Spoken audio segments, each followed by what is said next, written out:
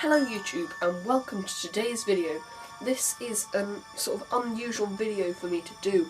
My content is more sort of aimed towards Doctor Who and stuff, and as you can see I like Doctor Who. But today I'm going to be talking about one of my favourite films of all time. Many people disagree with me, but it's still one of my favourite films of all time. So I have two favourite films of all time, both released within a week of each other: Back to the Future and Return to Oz. You already know by the title that today I'm going to be talking about Return to Oz and why I think it is such a good film.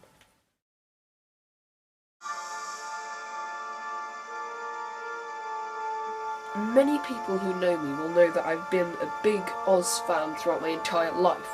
Since the age of when I was 3, I think, I found the original Wizard of Oz, well, not the original, but the film with Judy Garland, in which most people are familiar with, and I watched it and kept watching it on repeat and repeat and repeat. This is the first Oz book I owned and read, if the camera will focus. There we go.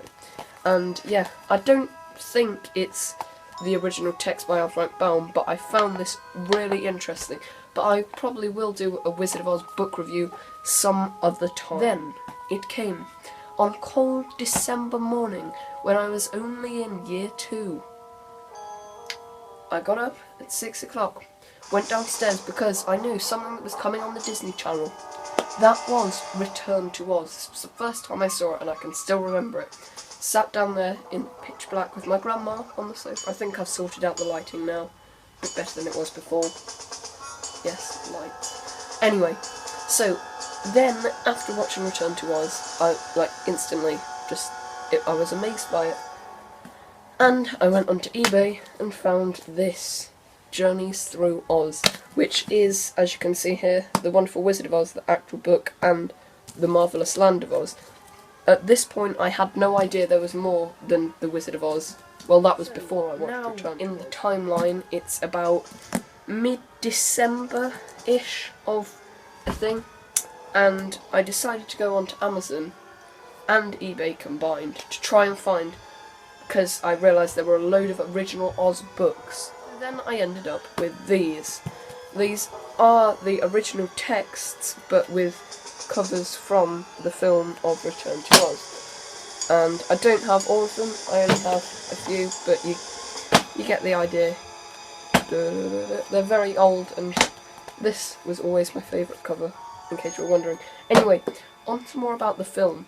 I don't know why, but the whole film just seemed to be, everything the books were and more. It brought all the characters fully to life, the way that Frank Baum had originally described them in these books. Also, one thing that many people do not understand, and it really annoys me, Return to Oz, how shocking this may seem, is not a sequel to the MGM film The Wizard of Oz. It is an adaptation of the books. It is a sequel to the first book. The only thing that the MGM film and Return to Oz have in common is the ruby slippers. But the one thing I really don't understand is why so many people remember the film being so dark.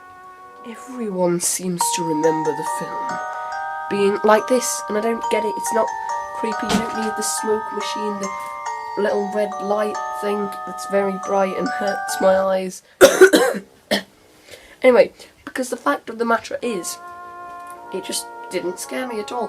And I used to get scared by really simple things. I was scared of the animated film Aladdin. It just creeped me out. But Return to Oz, it was just a childish sense of wonder. Nothing. It was just full on amusing throughout the whole thing. And I've recently rewatched it for the first time in quite a while, and it's still, I've got no problem with it whatsoever. It's still an amazing family film, and I don't see why so many critics have despised it. The only scene which I think is remotely kind of creepy is this one.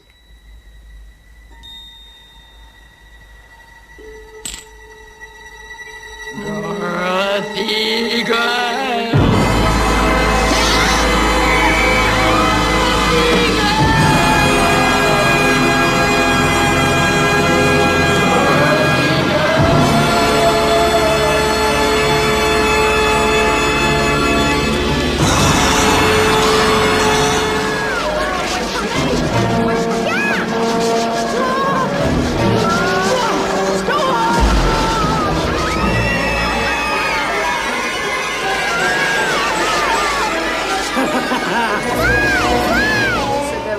people who were famous movie critics at the time, and they said all the puppetry and stuff, oh, it's just not good enough for the time. The puppetry and special effects in that film still hold up to this day, in my opinion. And what I don't understand is they're saying, like, Jack Pumpkinhead, the man that is made by a 12-year-old boy as a pumpkin thing to scare a witch. They say that that didn't look realistic enough. How would you design a 12-year-old's creation made? Like, come on! Also, I really liked the design of the Tin Man and the Scarecrow and the Lion in the... Okay, I'll take that off. In those Return to Oz films, and the design of the Patchwork Girl. Everyone there in Oz looked like the original illustrations and better. So I would fully recommend watching this film as a family if, well, whatever time. That film still holds up to this very day, and I still think it is the best film of all time. Some of my favourite scenes in the film include the end of the Emerald City, like where everyone ever in the books and everything is there, and Dorothy then leaves, and when they're running around trying to find which ornament Scarecrow and all that things are, and the ones with the Wheelers. They are very good scenes.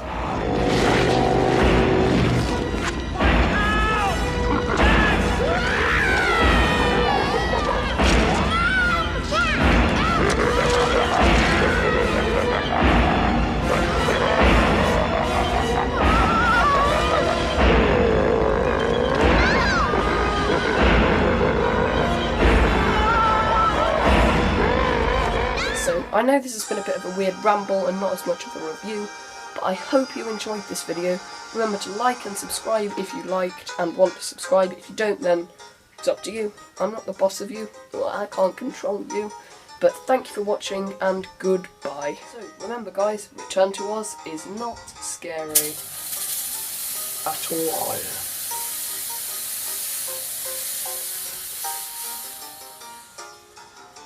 No, really, it's not.